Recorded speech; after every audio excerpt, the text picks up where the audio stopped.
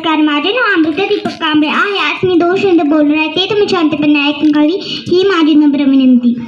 आई वडील आपल्यासाठी रात्रंदिवस कष्ट करतात, तेच कष्ट आपल्याला जाण नसती.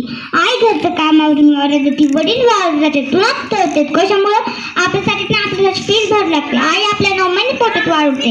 आई वडील स्वतः जेवत नाही पण आपल्या जेव घालतात, आपलं पोट भरवते. आई वडिलाचं स्वप्न असते आपण मोठे होऊ, मोठे शाळेत शिकावं, डॉक्टर बनावं, पोलीस बनावं, कलेक्टर बनावं. पण आपण काय करतो, मोठे झाल्यावर आई वडिलांना घराच्या बाहेर काढून देतात. एखादी शाळेला मुलगा होते, मुलगा मोठं होते, कॉलेज जायचं मुलगा, कॉलेज जाता मुलाचा ॲक्सिडेंट होते.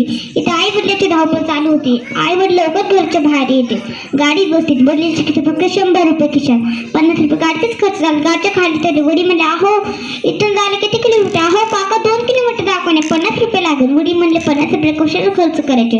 आई वडील तसे 2 किलोमीटर पायी चढले, दाखवणच्या बाहेर उभा थांबले. डॉक्टर म्हणले 3000 रुपये. वडिलाकडे 3000 रुपये नव्हतेच. वडील तसेच धावत घरी आले. आता वापर इकला, आता घर इकलं, पण कसे तर 3000 रुपये फेडले. परत जाय किती पोरग म्हणते, अहो डॉक्टर मला वाचणार कोण आहे? डॉक्टर तेव्हा काहीच नाही म्हणे. डबल बोल